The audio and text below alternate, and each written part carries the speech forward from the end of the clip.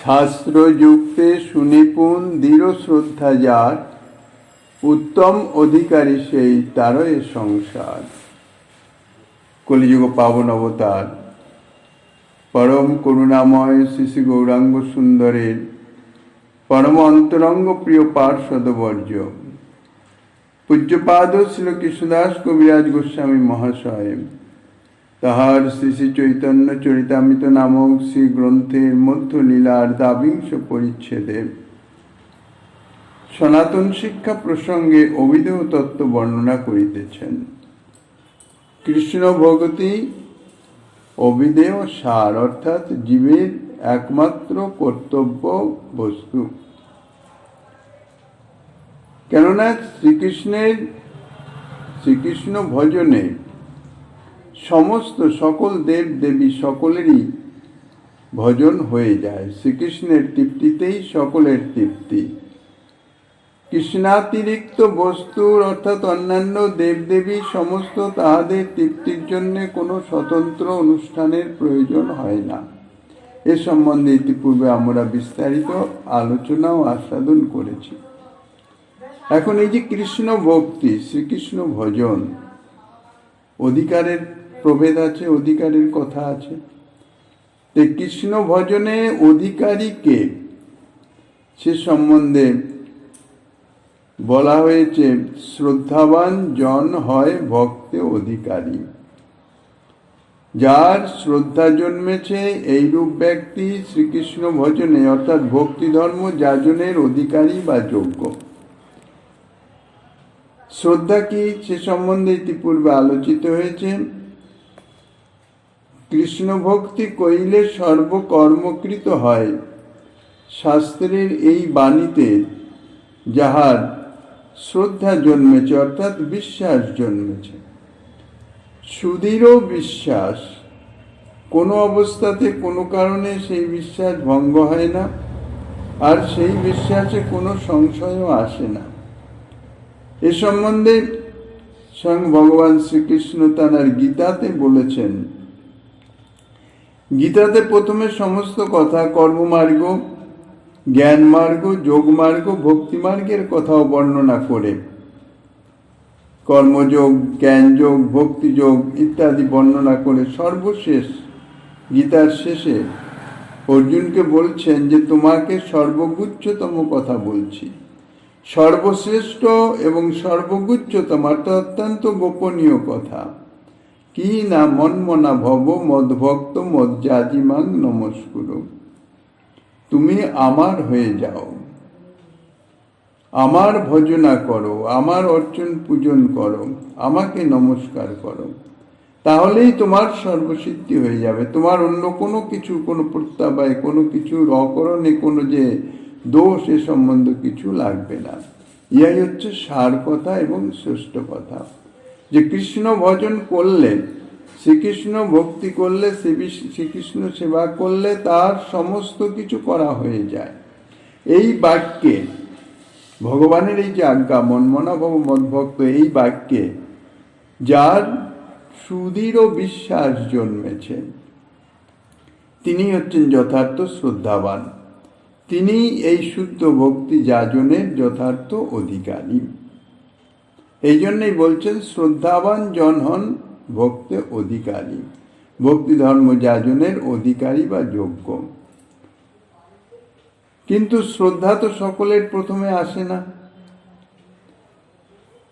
এই জন্যে বলেছেন এই যে অধিকার, এটা উত্তম মধ্যম কনিষ্ঠ শ্রদ্ধা অনুসারী।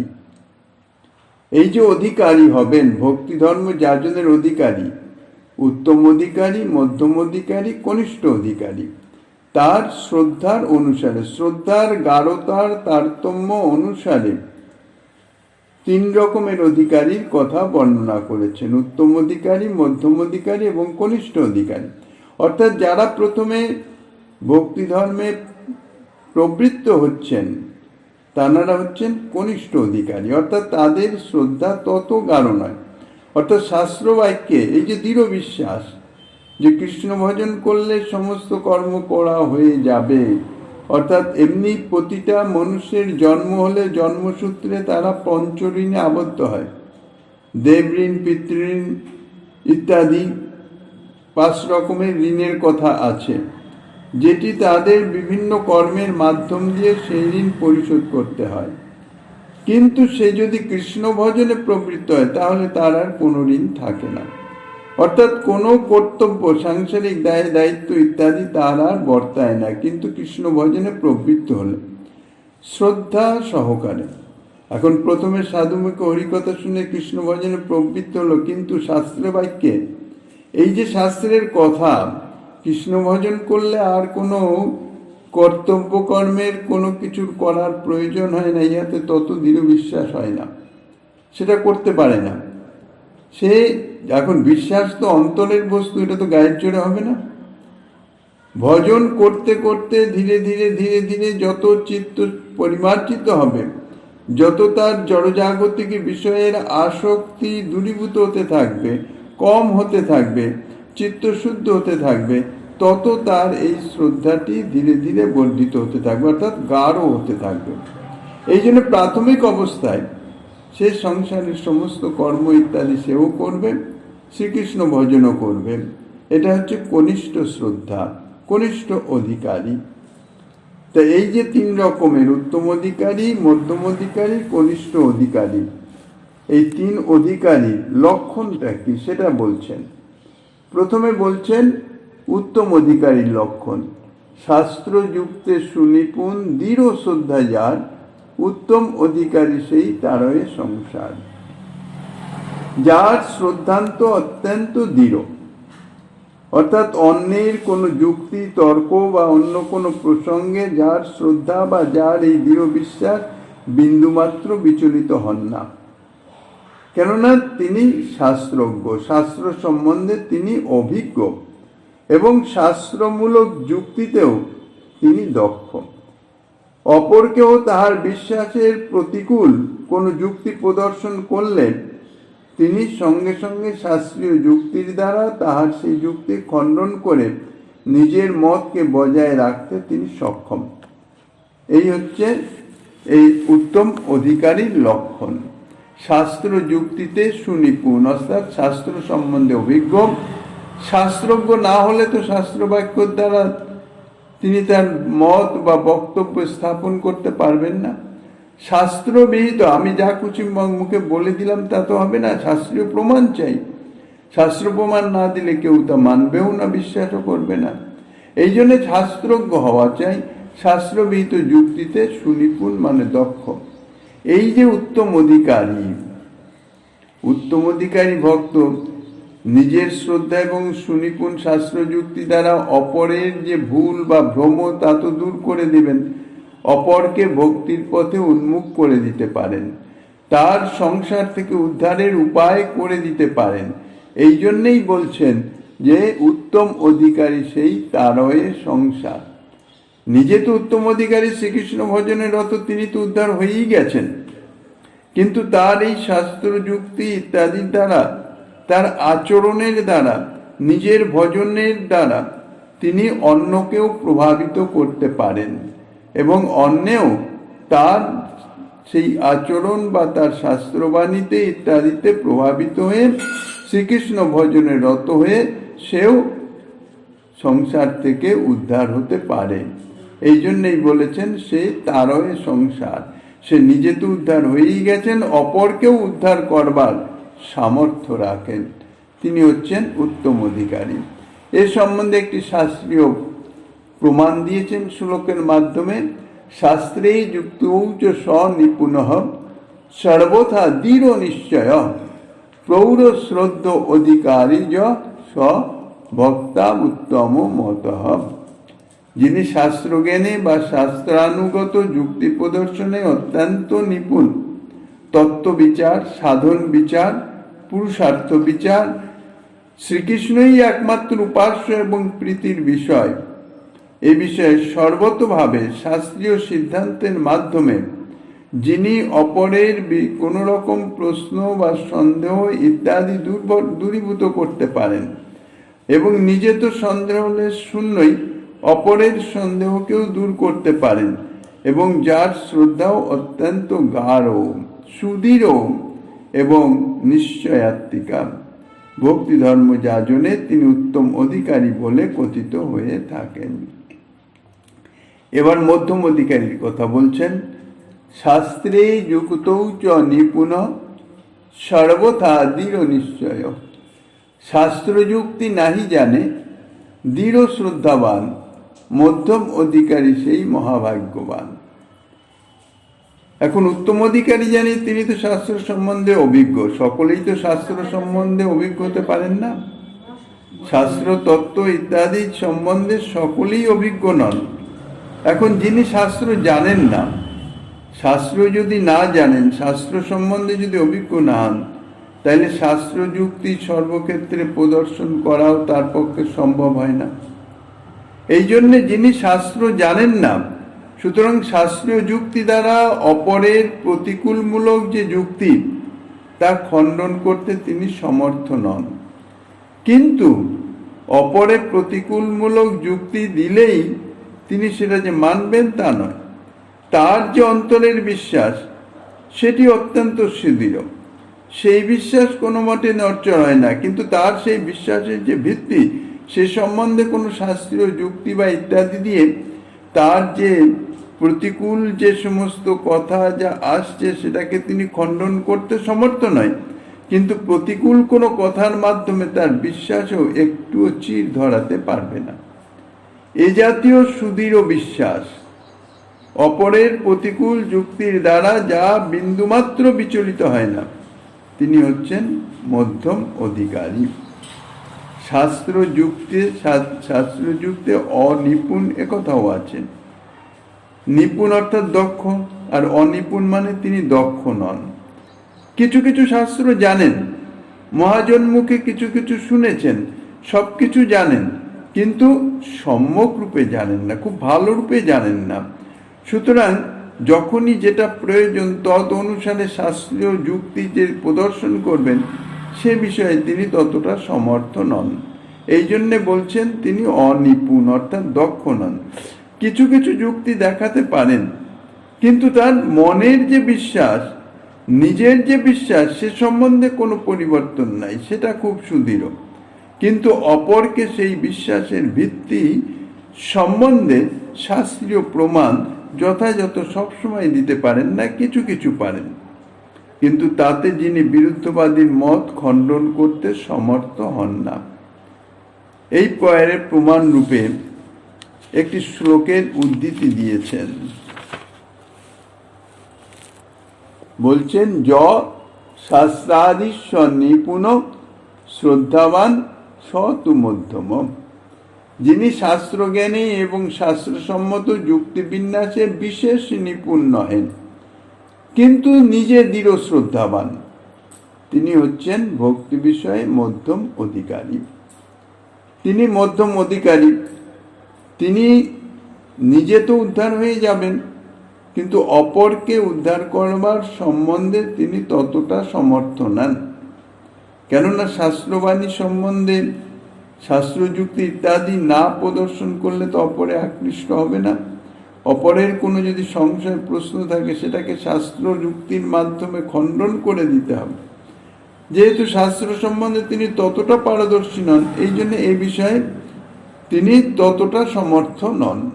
এই জন্যে তাঁর সম্বন্ধে সেই কথা বলা হয় নাই, যেটা উত্তম অধিকারীর সম্বন্ধে বলা হয়েছে যে ইনি তারয়ের সংসার, অর্থাৎ সে অপরকে উদ্ধার করতে সমর্থ।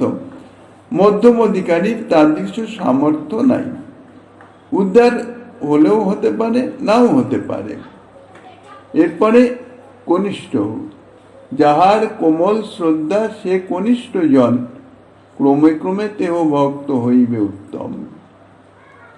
কনিষ্ঠ অধিকারী অর্থাৎ শ্রীকৃষ্ণ ভজনে সাধুসঙ্গের মাধ্যমে ভগবত কথা শ্রবণের প্রভাবে, কেননা অনাদি জন্ম সঞ্চিত চিত্তের যে ভোগ বাসনা, মায়ার যে মুগ্ধতা, মায়ার যে মোহিত হয়ে থাকা, জড়জাগতিক সংসারে যে আসক্তি, এটা অনাদি জন্ম থেকে চলছে। সেটি তো চট করে দূরীভূত হয় না। এটা দূরীভূত করবার সামর্থ্য জীবের কোনো মতেই নাই। এই জন্যই বলেছেন মামে বোঝে প্রপদ্যন্তে মায়ামে তাং তরন্তিতে। শ্রীকৃষ্ণ বলেছেন মম মায়া দূরত্বয়া, আমার মায়া শক্তিশালিনী। জীবের সামর্থ্য নাই সে মায়াকে অতিক্রম করে, কিন্তু কে অতিক্রম করতে পারে? যে আমার ভজনা করে। এখন শ্রীকৃষ্ণ ভজনা কে করবে? তার মুখ্য উপায় হচ্ছে সৎসঙ্গ। এই জন্যই শ্রী ভগবান সমস্ত সাধুদের এই জগতে পাঠিয়ে দেন। তারা জগতে জন্মগ্রহণ করে নিজে আচরণ করে জগতের জীবকে আকর্ষণ করে, তাদের উদ্ধারের রাস্তা দেখিয়ে দেয়। সাধু সঙ্গে ভগবত কথা প্রসঙ্গে যাদের সে সৌভাগ্য হয়েছে, যারা সাধু সঙ্গ প্রাপ্ত হয়েছে, অর্থাৎ সাধুর দর্শন, সাধুমুখ হরিকথা শ্রবণের সৌভাগ্য যিনি প্রাপ্ত হয়েছেন, তানার চিত্তে একদিন একটু ভগবত কথা শুনলাম আর আমার চিত্ত পরিবর্তন হবে, অনাদিকালের বাসনা দূরীভূত হবে, কখনোই সম্ভব নয়। একটা বাসন যদি পড়ে থাকে বছরের পর বছর, তার উপর এমন ময়লার স্তর জমে যে সেটিকে একবার একটু মার্জন করলাম আর চকচক হয়ে যাবে, তা হয় না। বারবার মার্জন করতে করতে ধীরে ধীরে ময়লা কাটতে থাকে, তারপর পরিষ্কার হয়। যেমন একটি কাষ্ঠখণ্ড যদি জলের মধ্যে চুবানো থাকে বছরের পর বছর, তার রন্ধ্রে রন্ধ্রে এমনভাবে জল ঢুকে থাকে, অর্থাৎ সে ভিজে থাকে, সে কাঠে যতই আগুন দাও আগুন ধরবে না। সেই কাঠ রৌদ্রের তাপে যখন শুকিয়ে যাবে, তখন সেই কাষ্ঠ অগ্নি সংযোগ মাত্রই অগ্নি প্রজ্বলিত হয়ে যাবে। তাহলে সেই রকম অনাদি জন্মের যে ভোগ বাসনায় যে আমাদের চিত্ত মায়ামুক্ত হয়ে আসক্তিতে একেবারে বশীভূত হয়ে আছে, সাধু মুখে হরিকথা শ্রবণের প্রভাবে ধীরে ধীরে ধীরে ধীরে সেটি শুকাতে থাকে। অর্থাৎ তার চিত্তে ভোগবাসনাটা একটু একটু করে দূরীভূত হতে থাকে। অর্থাৎ ভগবত ভজনের যে প্রয়োজনীয়তা, একান্ত কর্তব্যতা, সে সম্বন্ধে তার চিত্তে ধীরে ধীরে একটু একটু করে অনুভূতি আসতে থাকে। যখন অনুভূতি আসতে থাকে, তখন একটু অনুভূতি আসার পরে তারও ভগবত ভজনের জন্য একটা ইচ্ছা জাগে যে না, ভগবত ভজন করাটা উচিত, কর্তব্য, আমাদের কর্তব্য। এরকম একটা সাধারণ শ্রদ্ধা তার জাত হয়, ভগবত ভজনে প্রবৃত্ত হয়। কিন্তু এই সময় যে শ্রদ্ধা, এটি হচ্ছে অত্যন্ত কোমল শ্রদ্ধা। সে ভগবত ভজনে হয়তো রত হলো, সৌভাগ্য বসে সে গুরু কৃপাও হয়তো প্রাপ্ত হলো, ভগবত ভজনেও রত হলো, কিন্তু ভজন ক্রিয়ার একটা মুখ্য অঙ্গ হচ্ছে সাধু সঙ্গ, সৎ প্রসঙ্গ, ভগবত প্রসঙ্গ। সেটিতে সে যদি নিত্য যুক্ত না থাকে, তাহলে তার ভজন ক্রিয়াটি অগ্রসর হতে পারে না, স্থগিত হয়ে থাকে। প্রেরণা পাবে কোথায়? ভজনকে, তার যে ভজন প্রবৃত্তি, যে প্রবৃত্তিটি সাধু সঙ্গের মাধ্যমে তার সবে জন্ম হয়েছে, সেই প্রবৃত্তিকে বাঁচিয়ে রাখার জন্য, যেমন একটি বীজ বপন করলে তার থেকে অঙ্কুর উদ্গম হলো, তাতে তো জল সেচ ইত্যাদি নিত্য দিতে হবে, তবে তো সেটি ধীরে ধীরে বর্ধিত হবে। আমি যদি জল সেচ আদি কিছু দিলাম না, তাই কি হবে? অঙ্কুর উদ্গম হয়েছিল ঠিকই, শুকিয়ে মরে যাবে। ঠিক তাদৃশ যদি ভজনের সঙ্গে সৎসঙ্গ অর্থাৎ মহৎ সঙ্গের সংযোগ থাকে, তাহলে অতি দ্রুত তার সেই যে ভজন প্রবৃত্তিটি ধীরে ধীরে বর্ধিত হতে থাকে, তার শ্রদ্ধাও বর্ধিত হতে থাকে। আর যদি সেটি না থাকে, তাহলে প্রতিকূল অবস্থাতে পড়ে তার সেটি সুপ্ত হয়ে যায়, অর্থাৎ তার প্রবৃত্তিটি যেন লুপ্ত হওয়ার মুখে এসে যায়। এই জন্যে তার শ্রদ্ধা অত্যন্ত কোমল। অপরের প্রতিকূল যুক্তিতেই তার শ্রদ্ধা বিচলিত হয়ে যায়। কেউ একজন বলে দিল, আরে এখন কি কৃষ্ণ ভজন করবে, সমস্ত কিছু যাক, যখন বৃদ্ধ হবে তখন কৃষ্ণ ভজন করবে, এখন কি করবে?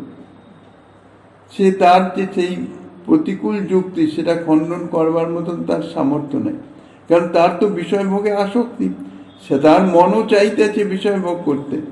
যতক্ষণ পর্যন্ত না দেহ ত্যাগ হচ্ছে ততক্ষণ পর্যন্ত দেহেন্দ্রিয়ের সুখের জন্য মানুষ লালায়িত, তার পিছনেই ছুটছে। কিন্তু নিজের যে দেহপাত হয়ে যাবে এ সম্বন্ধে বিন্দুমাত্র কোনো চিন্তা ভাবনা নাই।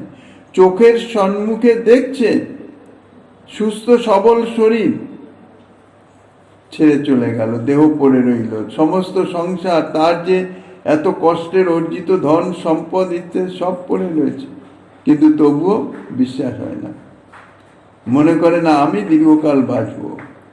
এইগুলি হচ্ছে মায়ারে।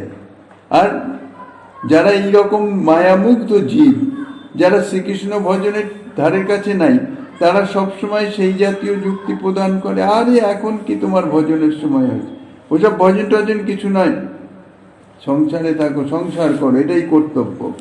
এই সমস্ত প্রতিকূল যুক্তিতে শ্রদ্ধা বিচলিত হয়ে যায়। তিনি হচ্ছেন কনিষ্ঠ অধিকারী, ভজনে প্রবৃত্ত হয়েছেন কোন সৌভাগ্যে, এই জন্যে তিনি অধিকারী হয়েছেন, কিন্তু তিনি সর্ব কনিষ্ঠ। কিন্তু তাই বলে তার পতনের আশঙ্কা নাই। তিনি যদি ভক্তি অঙ্গের অনুষ্ঠানটা করতে থাকেন, অর্থাৎ একটু যদি সম্পর্কে থাকেন, তাহলে এই ভক্তি অঙ্গের অনুষ্ঠান করতে করতে ধীরে ধীরে ধীরে ধীরে তার চিত্তের পরিবর্তন হতে থাকবে এবং তিনিও এককালে উত্তম অধিকারী হতে পারবেন। ইহা হচ্ছে ভক্তিরানীর কৃপা। ভক্তির মহারানী কোনো জাগতিক বৃত্তি নন, ইনি হচ্ছেন শ্রী ভগবানের স্বরূপ শক্তির ভিত্তি, অপ্রাকৃত চিন্ময় শক্তি। সেই ভক্তি মহারানীকে যদি কেউ আশ্রয় করেন, অপ্রাকৃত চিন্ময় শক্তি, তার কোনো অবস্থাতেই পতনের কোনো সম্ভাবনা নাই। কেননা সেই ভক্তি দেবী তিনি হচ্ছেন স্বপ্রকাশ তত্ত্ব। ভক্তি মহারানীর বিশেষ কৃপা, সদ্গুরুর কৃপা প্রাপ্ত হয়ে ভজনে যদি প্রবৃত্ত হন, আর যদি একটু সরল থাকেন, নিষ্কপট থাকেন, তাহলে কি হবে, এই ভক্তি মহারানী তাকে ধীরে ধীরে চিত্তে প্রেরণা দিতে থাকবেন, তিনি ভজনে অগ্রসর হতে থাকবেন।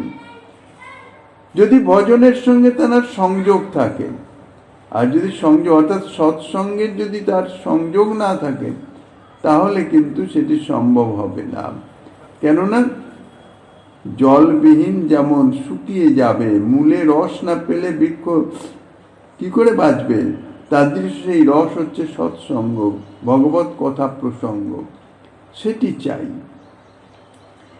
যাই হোক, ভক্তি মহারানীর কৃপাতে ধীরে ধীরে ধীরে ধীরে ক্রমশ তিনি নিজে শাস্ত্র চর্চা করে শাস্ত্রীয় যুক্তি দ্বারা প্রতিকূল যুক্তি খণ্ডন করতে সমর্থ হবেন। শাস্ত্র চর্চা না করলেও সবার পক্ষে শাস্ত্র চর্চা করা সম্ভব নয়, আর শাস্ত্র চর্চার একটা বয়সের অপেক্ষা আছে। প্রথম জীবনে শাস্ত্র অধ্যয়ন ইত্যাদির মাধ্যমে শাস্ত্র চর্চা হয়, কিন্তু মধ্যম বয়স অতিক্রম হয়ে গেলে আর সেটি সম্ভব হয় না। তাই শাস্ত্র চর্চা না হলেও যদি তিনি ভজনে রত থাকেন, অর্থাৎ ভক্তি ধর্ম ভক্তি অঙ্গ যাজনে তিনি যদি রত থাকেন, তাহলে এই ভক্তি মহারানীর কৃপাতে ভজন করতে করতে যখন তার অনর্থ নিবৃত্তি হবে, অর্থাৎ ভোগ বাসনা, অনাদি জন্ম সঞ্চিত ভোগ বাসনা দূরীভূত হয়ে যাবে। কিভাবে দূরীভূত হবে? এই যে জড়জাগতিক সুখভোগ, ইহা সর্বথা অনিত্য এবং নাশবান, পরিণামে দুঃখকারী। এই বোধটি যখন আসবে, এই অনুভবটা আসবে, তিতাব জ্বালায় জর্জরিত হতে হতে এই অনুভবটা আসবে। কখন আসবে? যদি ভক্তির সঙ্গে একটু সংযোগ থাকে, অর্থাৎ তার ভজনটা যদি একটু চলতে থাকে, তাহলেই এই অনুভূতি আসবে। যার ভজনের সঙ্গে ভক্তি মহারানীর যোগ নেই, তাদের কস্মিন কালেও এই অনুভব আসবে না। যতই তারা সংসারের বিপদ আপদ যাই হোক না কেন, কিন্তু ওর মধ্যেই সে ঘুরপাক খেতে থাকবে, তা থেকে বাঁচবার কোনো উপায় তার চিত্তে কখনো আসবে না। কিন্তু যদি ভজনের সঙ্গে একটু সংযোগ থাকে, তাহলে সেই ভজন করতে করতে ভক্তি মহারাজের কৃপাতে তার চিত্ত ধীরে ধীরে নির্মল হতে থাকবে, পরিষ্কার হতে থাকবে, ভোগবাসনা দূরীভূত হতে থাকবে, জড়জাগতিক বিষয়ে বস্তুতে আসক্তি ধীরে ধীরে কমতে থাকবে।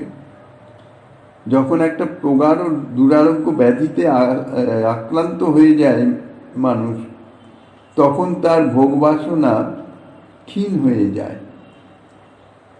অত্যন্ত ব্যাধিগ্রস্ত, যন্ত্রণা কাতর, তার সম্মুখে যদি উপাদেয় উত্তম ভোজ্যবস্তু রাখাও যায়, সে খেতে পারে না, তার মন সেদিকে যাবেই না।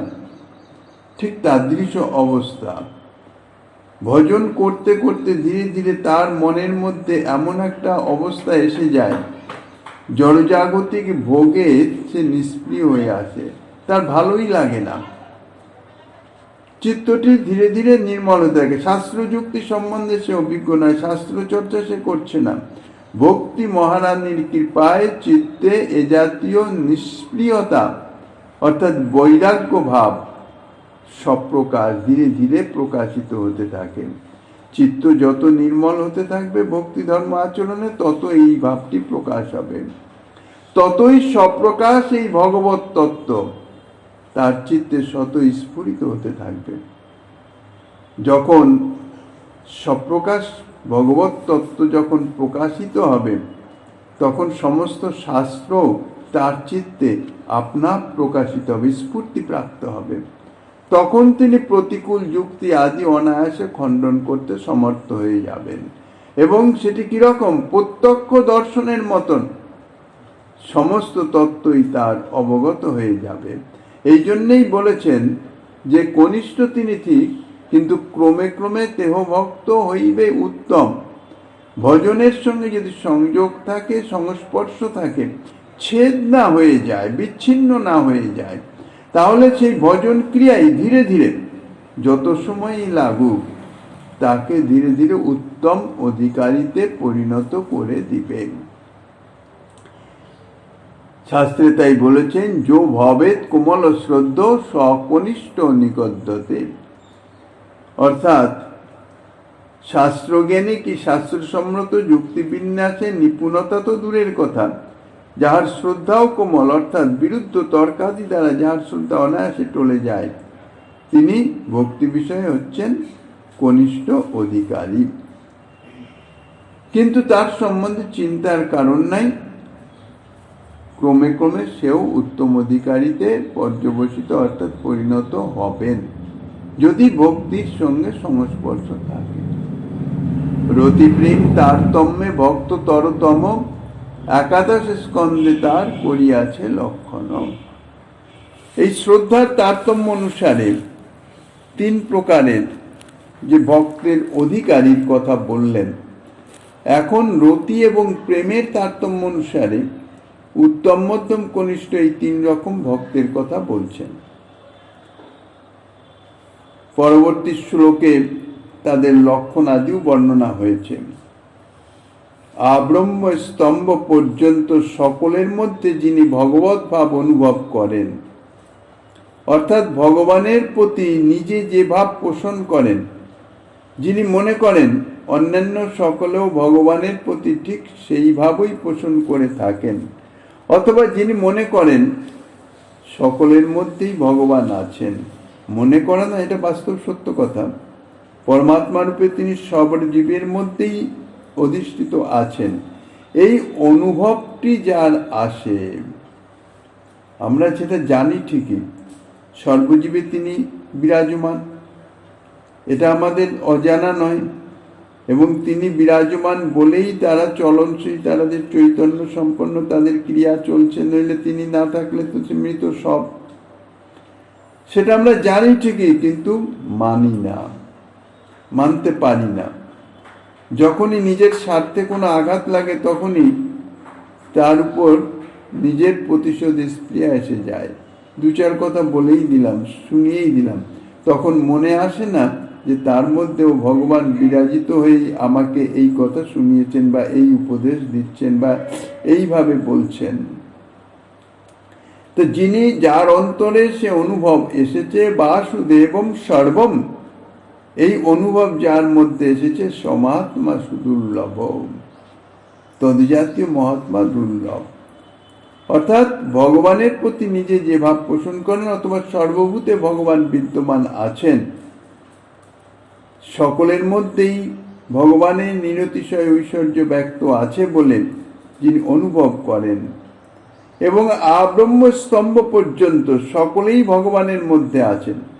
কেননা ব্রহ্মাণ্ড ভাণ্ডধর, ভগবানের ভিতরে সমস্ত অনন্ত কোটি বিশ্ব ব্রহ্মাণ্ড সব বিরাজিত, এটি যিনি মানেন অর্থাৎ অনুভব করেন, অর্থাৎ ভগবানই সর্বাশ্রয়, ইহা যিনি অনুভব করেন, তিনি হচ্ছেন উত্তম ভক্ত।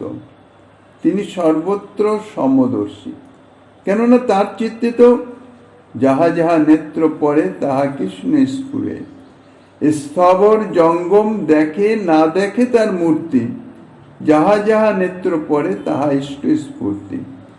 স্থাবর জঙ্গম যাই তার চোখের সামনে আসুক, তার যে এই যে বাহ্যিক স্বরূপটি, এই স্বরূপটি তার চিত্তে প্রতিভাত হয় না।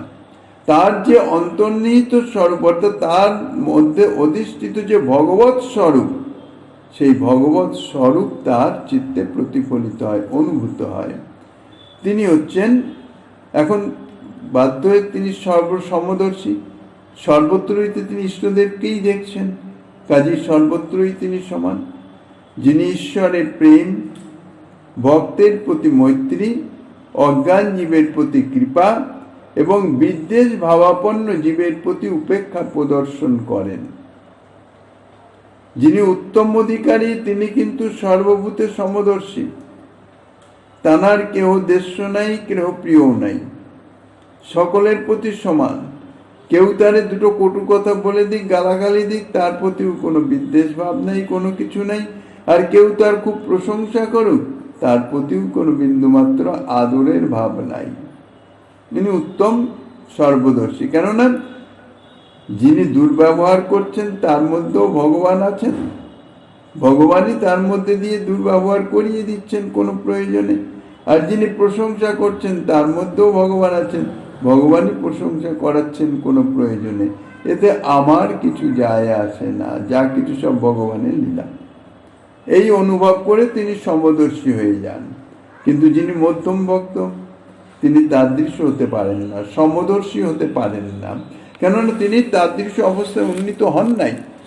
তানার যে রতি বা প্রেম, ভগবত ভক্তি, তানার তত প্রগাঢ় হয়ে পারে নাই। তানার যে আচরণে অর্থাৎ মনের ভাবের মধ্যে কিছুটা বৈষম্য দেখা যায়। কি জাতীয় বৈষম্য? তিনি তার ইষ্টে প্রগাঢ় প্রীতি সম্পন্ন, অভিষ্টের প্রতি প্রগাঢ় প্রীতি, আর অভিষ্টের যারা ভক্ত অনুগত জন, তাদের প্রতি মৈত্রী ভাবাপন্ন, প্রিয়তা ভাবাপন্ন, ভক্তের প্রতি প্রীতি। আর যারা অজ্ঞান জীব, যারা ভজন টজনের ধারো ধারে না, যারা এসব বোঝেও না, সংসার নিয়ে মত্ত হয়ে আছেন, তাদের প্রতি কৃপা পরায়ণ। কৃপা পরায়ণ কিরকম? যে এরা জানে না এরা কিভাবে এই দুর্লভ মনুষ্য জন্ম প্রাপ্ত হয়েও সেটি নষ্ট করে দিচ্ছে। সাধারণত দিন দুঃখী গরিব ইত্যাদি দেখলে কি হয়, অন্তরে করুণা জাগে। ঠিক সেই রকম তাদের প্রতি তাদের করুণা জাগে, কৃপা জাগে, যেরা কিভাবে জীবনটা নষ্ট করে দিচ্ছে, হায় হায়। কিন্তু তাদের উদ্ধার করবার সামর্থ্য তার নাই, এই জন্যে তাদের উদ্ধার করে না, উদ্ধার করতে পারে না। কিন্তু তাদের প্রতি একটু করুণা পরায়ণ হয়, দয়া পরবশ হয়। যদি কেহ কখনো তাদের এই রকম মধ্যম অধিকারী ভক্তের সান্নিধ্যে আসেন, তাহলে তাকে ভজনের উপদেশ ইত্যাদি প্রদান করে তাকে উন্মুখী করবার চেষ্টাও করে। এটাই হচ্ছে কৃপা। আর যারা বিরুদ্ধবাদী, যারা প্রতিকূল আচরণ করে, বিদ্বেষ ভাবাপন্ন, ভগবান ভজন ইত্যাদি বিদ্বেষ করে, তাদের প্রতি কোনো রকম বিরুদ্ধ আচরণ করেন না। মধ্যম অধিকারী ভক্ত তাদের উপেক্ষা করেন, কেননা তাদের ভালো মন্দ কথায় কিচ্ছু যায় আসে না। তারা নিন্দা করুক বা যাই করুক, ওতে আমার কিছু যায় আসে না, সম্পূর্ণ উপেক্ষা। তাদেরও নিন্দাও করে না প্রতিবাদে, বা তাদের কোনো রকম যুক্তি দিয়ে বোঝাতেও যায় না, কিচ্ছু না, কারণ তারা বিদ্বেষ ভাবাপন্ন। তাদের এই বিদ্বেষ দূর করবার সামর্থ্য আমার নাই। তাদের বিদ্বেষ নিয়ে তারা থাকুক, আমার মাথা ব্যথা করে লাভ কি? এই জন্যে তাদের প্রতি উপেক্ষা প্রদর্শন করেন। মধ্যম ভক্তের আচরণে এই রকম বিভিন্নতা দেখা যায়। ইনি সমদর্শী হতে পারেন না, সবার প্রতি সমান দৃষ্টি, অর্থাৎ সবার মধ্যে ভগবত দর্শন করে তার প্রতি সমান ভাব, এটি তার পক্ষে সম্ভব হয় না। কেননা অধিকারীর ব্যাপার তো, এটা লোক দেখানো ব্যাপার নয়। লোক দেখানো কিছু করতে গেলে তাতে অপরাধ হয়ে গিয়ে ভজন সর্বাংশে নাশ হয়ে যাবে। আমি যথার্থ যা, আমার মনের অবস্থা যা, তদ অনুরূপ আচরণ থেকে ধীরে ধীরে আমাকে উন্নত হওয়ার চেষ্টা করতে হবে। আর যিনি শ্রদ্ধার সঙ্গে শুধু বিগ্রহাদিতেই ভগবত পূজা করেন, কিন্তু ভগবত ভক্তগণ কি অন্যান্য জীবগণের প্রতি কোনরূপ প্রীতি ইত্যাদি পোষণ করেন না, তিনি কনিষ্ঠ ভক্ত বা প্রাকৃত ভক্ত বলেছেন। প্রাকৃত ভক্ত অর্থাৎ তার ভক্তিটি এখনো পর্যন্ত ভক্তির স্তরে পৌঁছায় নাই, ভক্তির আভাস মাত্র। এই জন্য বলেছেন সে প্রাকৃত ভক্ত। যে কোনো মুহূর্তে তার সে ভজনচ্যুত হয়ে যেতে পারে, এই জন্যেই সে প্রাকৃত ভক্ত। যাই হোক, এ সম্বন্ধে শ্রীমদ্ ভাগবতের একটি শ্লোকের উদ্ধৃতি দিয়েছেন। সর্বভূতেষু যপশ্যেৎ ভগবদ ভাবমাত্মনঃ ভূতানি ভগবত্তাত্মন্যেষু ভাগবতোত্তম। ঈশ্বরে তদধীনেষু বালিশেষু দিশৎসু চ প্রেম মৈত্রী কৃপোপেক্ষা যঃ করতি স মধ্যম। অর্চয়ামেষ হরয়ে পূজাং যে শ্রদ্ধয়তে ন তদ্ভক্তেষু চান্যেষু স্বভক্ত প্রাকৃত স্মৃত। এই তিন রকমের ভক্তের কথাই শ্রীমদ্ ভাগবতের 11 স্কন্ধের 2য় অধ্যায়ের 45, 46, 47 শ্লোকে বর্ণনা করেছেন। যিনি ঈশ্বরে প্রেম, ভগবত ভক্তে মিত্রতা, অজ্ঞজনে কৃপা এবং ভগবদ্দেশী বহির্মুখ জনকে উপেক্ষা করেন, তিনি মধ্যম ভক্ত। মানসিক অবস্থা বিশেষের দ্বারা মধ্যম ভক্তের লক্ষণ প্রকাশ করেছেন। মধ্যম ভক্ত যিনি, তার মানসিক অবস্থার বিভিন্নতা আছে, তিনি সমদর্শী হতে পারেন নাই। যিনি পরমেশ্বরে প্রেম করেন অর্থাৎ ভক্তিযুক্ত হেন, ঈশ্বর ভক্তের প্রতি মৈত্রী বা বন্ধুত্ব প্রদর্শন করেন। কেননা ভক্ত সে আমার আপনার জন, এই জন্য তার প্রতি প্রীতি তিনি রাখতে পারেন। কিন্তু বালিশেষু মানে যারা ভক্তি সম্বন্ধে কিছু জানে না, ভক্তির সপক্ষেও নয় বিপক্ষেও নয়, মানে ভক্তি বিষয়ে সর্বদা অজ্ঞ, কিছুই জানেন না, তাদের প্রতি কৃপা প্রকাশ করেন কিভাবে? অভীষ্টের নিকটে তাদের মঙ্গল কামনা করেন, যে প্রভু এদের সুবুদ্ধি দাও, এদের তোমার ভজনের দিকে আকৃষ্ট করে নাও। এই জন্যে এইভাবে তাদের মঙ্গল কামনা করেন।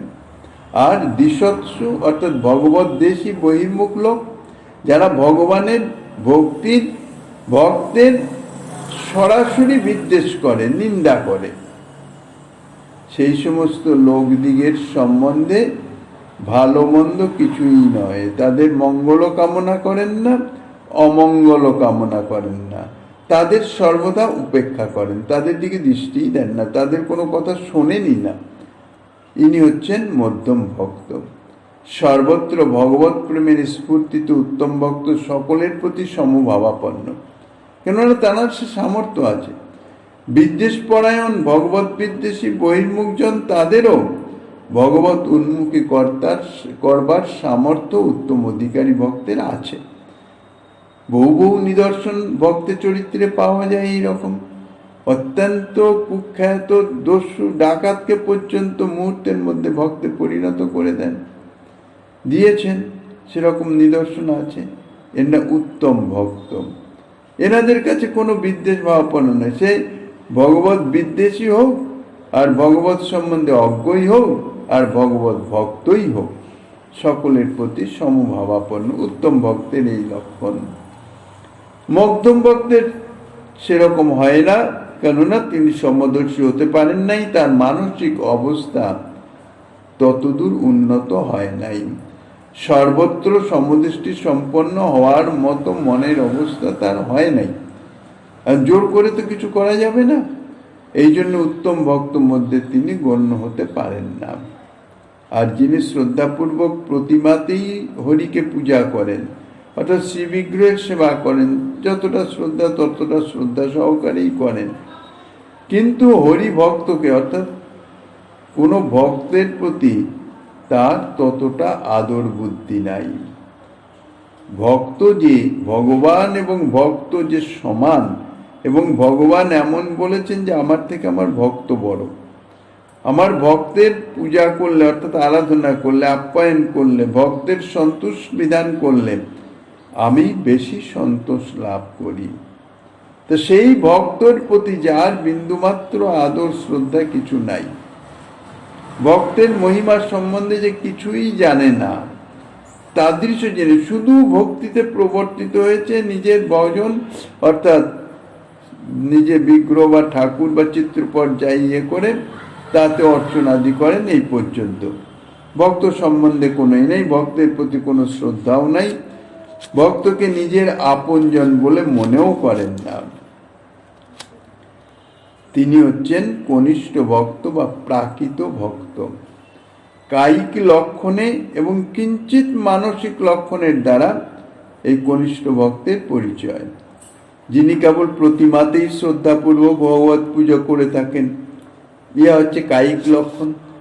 কিন্তু ভগবত ভক্তের বা ভক্ত ব্যতীত অন্য লোকের প্রতি তার কোনো আদর বুদ্ধি নাই। সমস্ত জীবই যে ভগবানের, বলতে গেলে তিনি জগৎ পিতা, সমস্ত জীবই তার সন্তান, সকলের প্রতি আদর করা উচিত।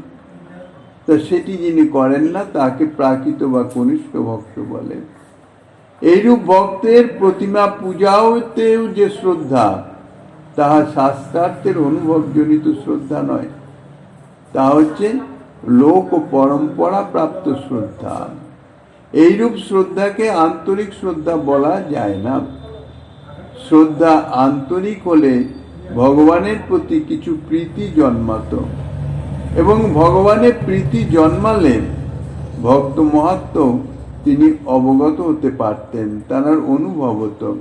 সর্বত্র শ্রীকৃষ্ণের অধিষ্ঠান মনে করে সকলের প্রতি তিনি আদর দেখাতেন, অন্তত কাহারও প্রতি অনাদর করতে পারতেন না। শাস্ত্রার্থের অনুভব না থাকায় অননুভবজনিত, শাস্ত্রার্থে অনুভবজনিত শ্রদ্ধা যার আছে, কিন্তু যার চিত্তে এখনো প্রেমের উদয় হয় নাই, বস্তুত তিনি মুখ্য কনিষ্ঠ ভক্ত। অজাত প্রেমা শাস্ত্রীয় শ্রদ্ধা যুক্ত সাধকস্তু মুখ্য কনিষ্ঠ জ্ঞেয়।